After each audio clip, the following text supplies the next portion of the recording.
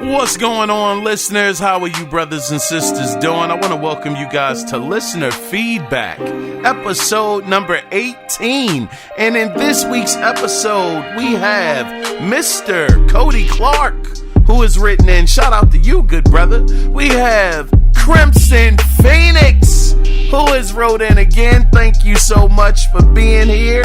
And we also have One Subset Tekken. Shout out to you three brothers for writing in this week. It is truly appreciated. And thank you to listeners for tuning into this episode as well. Now, if you guys would like to be a part of the next listener feedback, which will be recorded next Wednesday, you can do it two different ways. You can either call in at 443-216-9934 and let your voice be heard, or you can email the show, and the email address is simply theanalogcirclepodcast@gmail.com. Now, guys, this week I have a couple of stories that I wanted to go over as well. One that is a big one that's happening tomorrow. But like I say, if you guys would much rather me just concentrate on the emails and the feedback and leave the stories for the show on Sunday, you guys let me know. I'm always open to adjust things. But let's go ahead and get things started with Mr. Cody Clark's email. Now, the title of his email is Want, Need versus Need. Very interesting. He says, things like E3 or SDCC, San Diego Comic-Con, were never really my bag. I admit I've been to Philly and Be More Comic-Cons a couple of times, and I really love Be More Comic-Con. That's what's up, man. He says, but as far as huge video game showcases and all that, I don't really feel like E3 or the EU Games Con have that much to offer us any longer. Things go wrong at trade shows. If you have a nice controlled digital channel for yourself, you can, PS5, make your info be as dry and boring as Oh, man, golly, Cody, are you throwing shots, brother? Are you throwing shots? Bang, bang. Good gosh. He said, make your info be as dry and boring as possible, PS5, and control the narrative. Sheesh. He says you also get to have more control over some external factors. Saying your system would be $500, then have somebody after that scream, theirs will be $399, and drop the mic and walk off. You won't get that kind of experience. But at the same time, do we really need that? Yes, we do, Cody. We need moments like that. Hold on, let me pause right here on your email, brother. The thing about E3, to me, Cody, this so special, man, is the moments that happen. I know that everybody remembers at the PlayStation E3 event, one of their last ones they were at, when they were showing off God of War, and everybody was amazed when he was fighting that troll.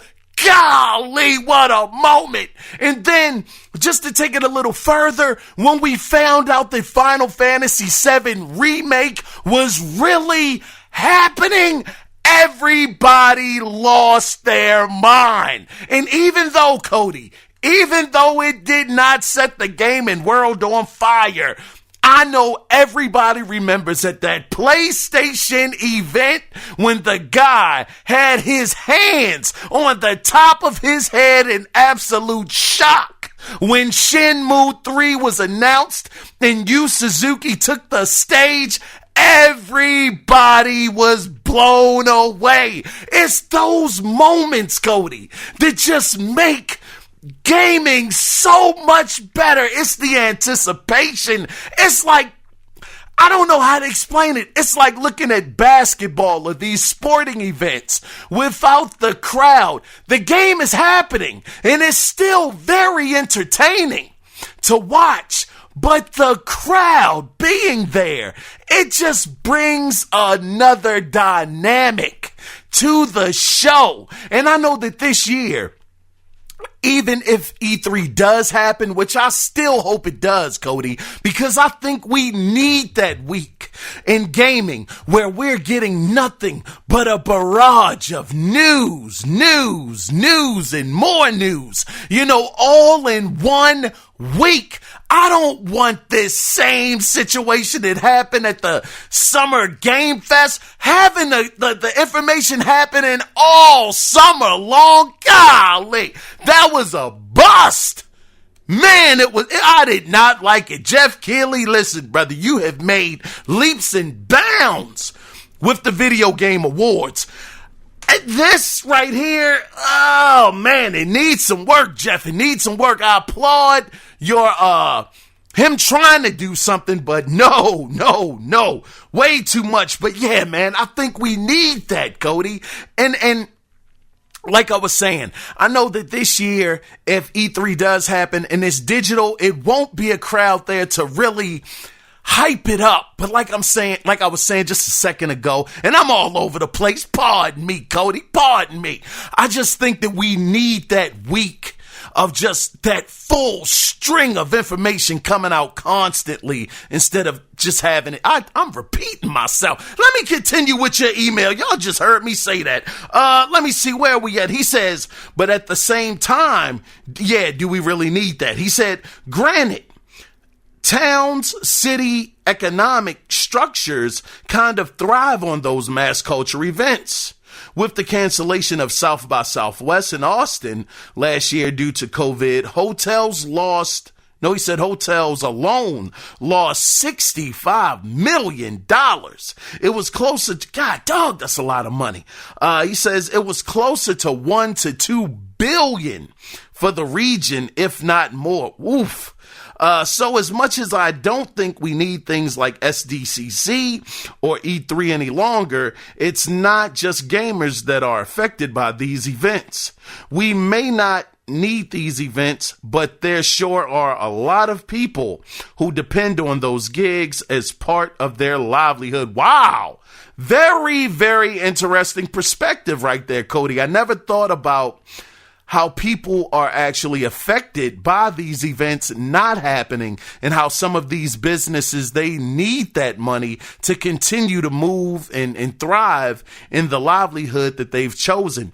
Just the fact that you said just because of South by Southwest not happening this year, the hotels lost just off of that one event, $65 million. Yeah, you're right. It definitely is important to those guys. Like you said, maybe to gamers, it might not be necessary. This might not be something that we need to have, but for some, they really depend on it for their livelihood. Very, very good point, Cody. Yeah, that's what I'm saying, brother. I mean, I've never been to Comic-Con. I think we had one, like you said, you've been here to Baltimore. I think we have them at the downtown. If it's anywhere, it's probably at the Royal Farms Arena or the World Trade Center. Well, our Trade Center here in Baltimore, downtown Baltimore. It's been a couple of events that have happened in there. So, yeah, I've never gone, though. Never gone, man. I'm sure it's really cool. But, yeah, for me, see, now that's something that I wouldn't even really be interested in. I haven't really read comic books since I was a teenager. Cody, and I was into Image Comics, and that was my thing, man. Anything that was Image, for the most part, I was on it. Well, not everything, maybe about 3 or 4 characters, but yeah. But Cody, I'm getting long-winded as usual, brother. Thank you for this email.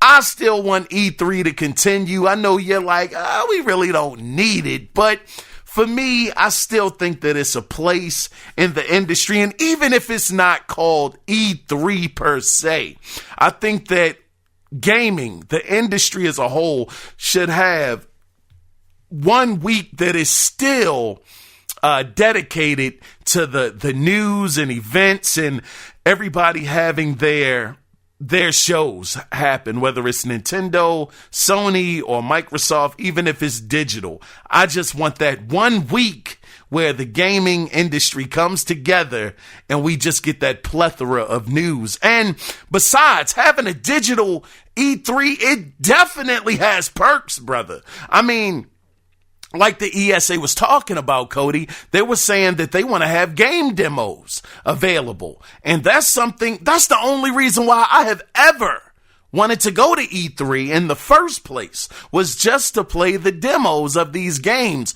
But granted, people that talk about when they've gone to E3 having to sit in a line for 2 and 3 hours just to play a 10-minute demo, nah, that's not too appealing to me, brother. So if they can do an event, I would pay for a digital ticket to go to E3 if I could get access to all of the demos that would be on the showroom floor. I've been hoping that would happen for years. So I definitely understand what you mean, Cody, but I would still want E3 to exist. Digitally, it would be even better, man. Just thinking of it from that perspective. And then maybe give you access to certain things. I don't know, man, but I'm getting long-winded here, Cody. Cody, please continue to write in, brother. It's truly appreciated, man. You've been rocking out with me for a long time, brother, and I truly do appreciate you. Thank you so very much for this email. Now, before we get into the next email that is coming from my guy,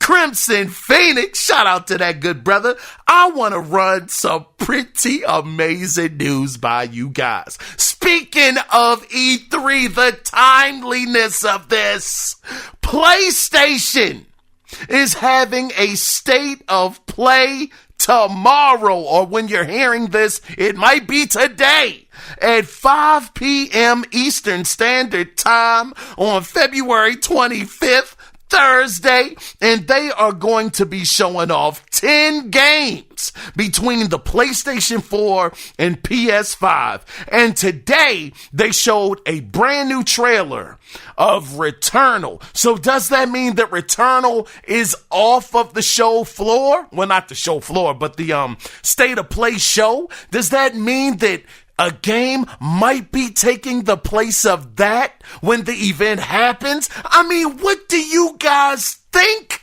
we are going to see?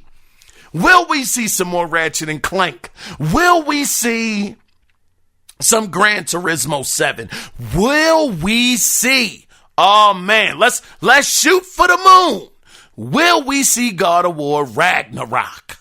I'm telling you, man, I cannot wait to see what is at this show. And Sony thinks they're slick. Sony, man, those jokers right there.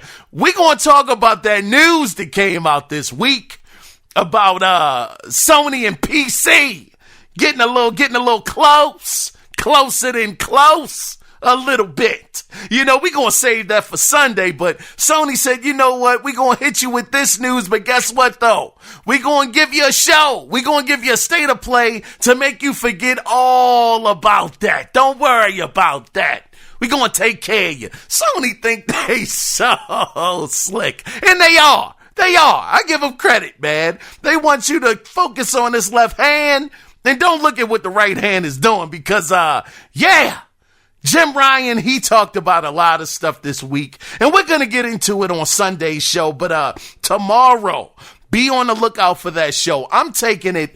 This show might be about 30 minutes long.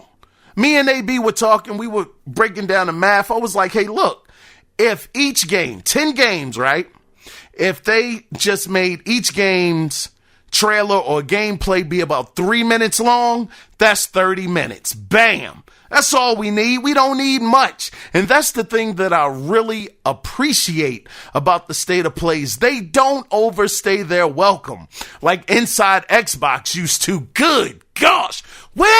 Golly, speaking of that, when is the last Inside Xbox we have had? God dog, man, I haven't seen an Inside Xbox in forever. Very, very interesting. Anyway, we're going to move on into my guy Crimson Phoenix's email. Now, the title of his email is, What a Money Grab. He must be talking about the Nintendo joint, man. When I said should we be holding Nintendo to a higher standard? I think we need to. But let's listen to what the good brother Crimson Phoenix had to say.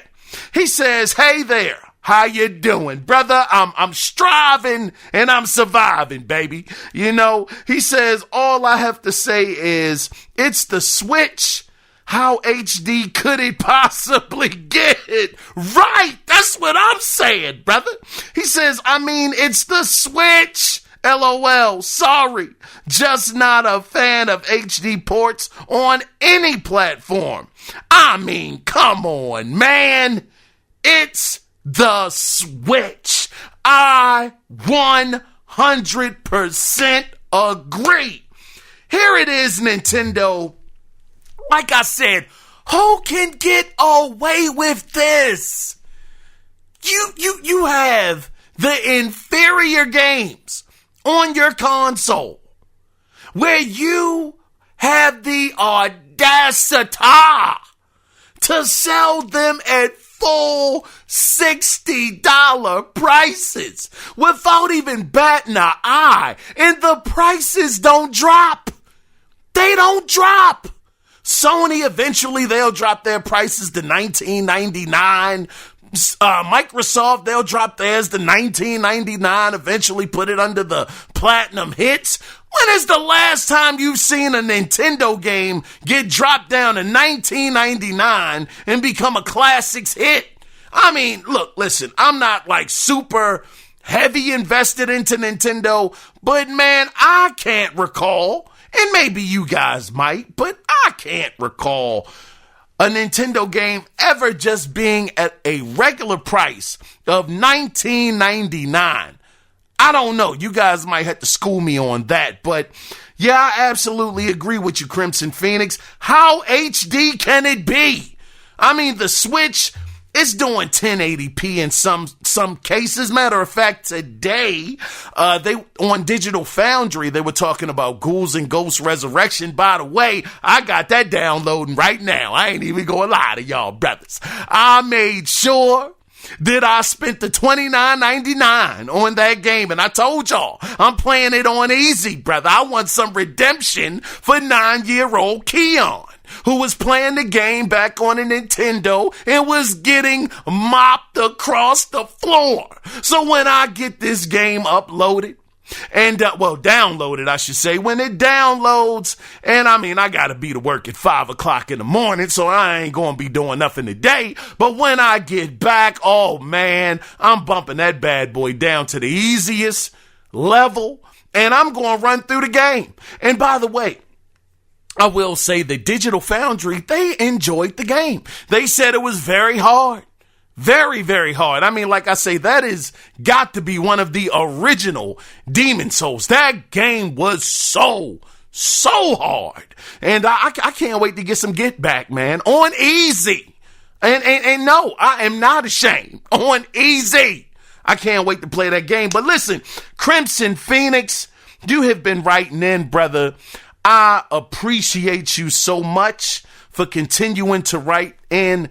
Thank you for your thoughts. Me and you are on the same page, brother. This brother said, matter of fact, he took it a step further. He said, LOL, sorry, just not a fan of HD ports on any platform. So this brother didn't just even make it a Switch thing. He said, all of you mother lovers out there, I'm putting cases on all of y'all. If you got an HD game, whether it be on the Switch, whether it be on the PS5, whether it's on the Xbox, you will not get a dime of my money, and I respect it. Thank you so much, Crimson Phoenix. Again, brother, please continue to write in, because it's always great to hear from you, my good brother. Now, I want to go into the next smaller story. Now, this is about CD Projekt Red.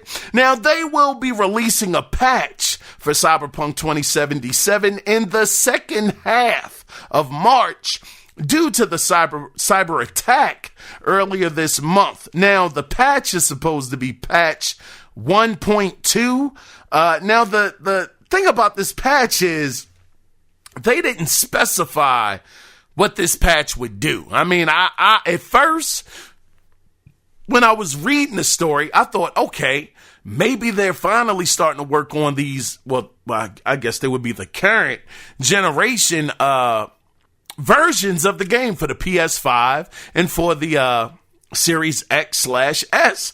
But nah, they didn't say anything like that. They just said that, look, the cyber attack that really set us back a little bit, and this patch that we were working on expected to come out in, like I said, in March, the second half of March. So yeah, we'll see what happens with that. Matter of fact, they said, I think, that cyber attack had them locked out of their computers for like 2 weeks. Golly. When it rains, good gosh, it pours. Anyway, let's go ahead and get into the last email for this episode, and it is coming way of Mr. One Subset Tech and spitting bars last week off of Big Daddy Kane. Shout out to you, good brother. Now he says, hello, Keon. I hope all is good with you. Hey, brother, I am maintaining. He said, well, I've read enough articles on EA's decision to not continue any further work on Anthem. Oh, he says, I can't say I'm surprised. We all know EA's the company that if you're not making money for them, you're not making sense. So you will catch an axe. This is the problem I have with Anthem. No, this is the problem I have with them. Anthem could have been 2021, 2022's No Man's Sky. I think it could have too. He says, it would have done wonders with people like me who have a certain disposition about EA. Some of their reasoning was the COVID-19 pandemic, which I say is full of it. Let me tell you something, man. So many businesses and places have been blaming COVID-19. Listen, brothers, I like going to McDonald's for breakfast. I'm gonna just sidestep here, Crimson Phoenix. One Subset Tech, and I'm gonna just sidestep here for a minute, brother, on your email. Because you know what, you hit a bit of a chord with me with this one, brother, talking about that they were blaming COVID-19. The thing is, brother, I like McDonald's breakfast, right? And I went there to get a cheesesteak bagel. Man, it's delicious. It ain't good for me, I know, but it's delicious. And I went there and I said, yeah, can I get one of those? And she was like, sir, we don't have bagels because of COVID-19. I said, what the heck is going on? What, the bakeries just closed down and they just ain't making bagels? I just came from Sam's Club and Giant. They had a whole rack full of bagels. So yeah, you're right, man. They've been blaming COVID-19 for stuff that don't even make doggone sense. But let me get back to your email here, good brother. Now, he says, people like me, certain disposition EA, some of their reasoning, was the COVID-19 pandemic, which I say is full of it. He says a company like EA has the resources to redesign a game. Yes, they do, man. They're huge. They're massive. He says, I'm not a game developer by any means, but if the team that put together No Man's Sky and other independent companies can put out games during a pandemic, so should they. They should be able to do so. They should, man. You're doggone right. Here it is. These smaller teams, these smaller studios are doing the same thing. They're still putting out games. They're still moving forward, but yet a conglomerate like EA, this huge company, all of a sudden y'all struggling because of doggone COVID. And I understand COVID is a real thing, but golly, the game is already made. It already has the assets. They're just trying to rework it. Yeah, I don't buy that either, One Subset, not at all. Now, let me find where I left off on your email. He says, I'm not a game developer by any means, but if the team that put together No Man's Sky and other independent companies can put out games during a pandemic, so should they. They should be able to do so. It's disappointing, and I feel I'm going back to my self-imposed embargo and not buy any new games from them, just used games, or don't buy them at all. He says, I have rambled on enough, and I don't see a problem with you viewing the future SmackDown when it Oh yeah, hey brother, listen man, I need that invite. I need that. I need to see you two brothers going at it, man. Yeah, I need a front row joint, man. Front row seat, man, to that. He says, still in the lab focusing. See that? Man, he is getting ready. This brother's getting ready for the match, man. He says, as always, wash your face, hands, and butt, and please wear a mask. Peace. Yeah, man. Thank you so much, man. It's always great to hear from you as well, man. It's just great to hear from all of you guys. It truly is. And shout out to Sir William Max, man. This brother one sub said tech, and he is in the gym, brother. He's operating. He's becoming a better professor at this thing, brother. So you better be on the lookout. He's gonna have you on your heels, brother. But let me get to your email here. Yeah, man, it is very, very unfortunate that EA is doing this. And actually, I gotta shout out Cody Clark because I wasn't following this story at all, but he had texted me and he had told me that Goose had let him know that, you know, the game, it was done. It was a wrap, you know. So, shout out to that brother for keeping me in the loop, you know. And, now you, one sub said tech and let me know that you read a couple of articles on it and they're basically blaming COVID-19 for this. Yeah, man, I figured that it could have been a situation where they could have not remastered the game, but, you know, gave the game those free upgrades similar to how Marvel's Avengers is going to be. And, have the game running at 60 frames per second, bumping the resolution up to, you know, 4K, and, you know, kind of riding on that, kind of reworking a couple of things. Like, I was hoping, man, just add a campaign into the joint for someone like me that really enjoys the campaign. You know, just add some extra value there. And I agree with you when you talked about the No Man's Sky of 2021, 2022. I mean, yeah, because, I mean, those guys, they went underground pretty much. You didn't hear anything from them for quite some time. Who was that? Mary? I'm forgetting the guy's name. But yeah, you didn't hear a peep off of him. He went off the grid. Next thing you know, No Man's Sky comes back out and boom, it's a success. It was on PSVR. Oh, we got some news about that. Y'all just stay tuned for this Sunday show. It's gonna be a good show. I promise y'all. But, just getting back to your email though, one subset. Yeah, I think they could have done something with it, brother. I don't think they should have took it out to the pasture and, you know, did a yellow. What was the dog's name? Oh, Yellow on him, you know, on Anthem and the team. I think they should have let those guys, you know, worked on it, did what they were supposed to do, and listen, it was this rumor going around. This was quite a while ago, probably closer to a year ago now, if not a year, where they were going to make Anthem free, you know, free to play as part of the revamping it and trying to get people back into the ecosystem of the game. I think that even if they had went that route, one subset, that would have helped as well. Then adding the other features onto it, like I was talking about the 60 frames per second and the 4K resolution for free, and along with that comes faster loading times. I think they could have really been able to salvage it and really brought some players in, because right now, as much as Sony has coming out, well, I don't know about that. We're gonna talk about that on Sunday, but you know, with Microsoft being a little slow, Sony being a little slow, having a game like this come onto those platforms, I think it could have did wonders, man. It could have breathed new life into the game. But I feel like I'm rambling here, brother. My mistake, man, for rambling on and on. But I really enjoyed the email, man. And I am sorry that, you know, Anthem is, I mean, it's not going away. I know it's still going to be playable.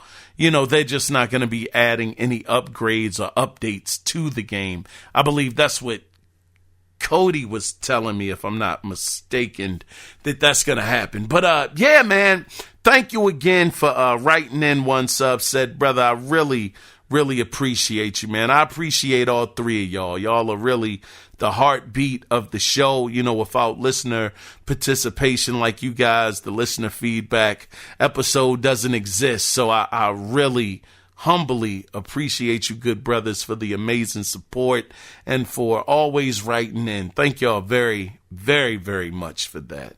But I do want to get into one last story before we go ahead and wrap this baby up. Over on the Bethesda front, oh man, we got some news about Bethesda on Sunday as well too. So y'all just stay tuned for that episode, man. But Bethesda has been hit with a class action lawsuit over DLC for Fallout 4. So it's possible that this lawsuit could possibly impact and hold up the Microsoft acquisition. So, like the Game Rant article said, it's in Bethesda's best interest to get this sorted out in an amicable way. Because wouldn't that be something that this class action lawsuit happens and I mean, look, we've heard the rumors about March, Microsoft having something going on with Bethesda sometime. Like I said, March. Sorry to be repeating myself again, but, actually, allegedly introducing them to the Microsoft banner, introducing the teams again and having a sit down in the chat. That's basically what people are saying is supposed to happen, but nobody knows for sure. So it's still rumors at this point. But wouldn't it just be sad that this situation right here, this class action lawsuit, might hold up the plans of Microsoft actually making this acquisition happen. And that March event, even though it's still rumors, but that March event that could have possibly happened gets postponed because of this situation. We'll have to see. Hopefully, Bethesda will work some things out, get this thing swept under the rug in time for Microsoft to be able to make the acquisition, because I'm sure that especially depending on how much they might be getting sued for, Microsoft might not want to take that hit, man. They might just be like, you know what, get that sorted out first, pay that, and then we can go forward with our deal. So we'll have to see, man. We'll have to find out. But I guess that's going to do it for this week. Now, once again, for you, the listener that's listening right now, if you want to be a part of the next episode of listener feedback, you can do it two different ways, man. You can email the show.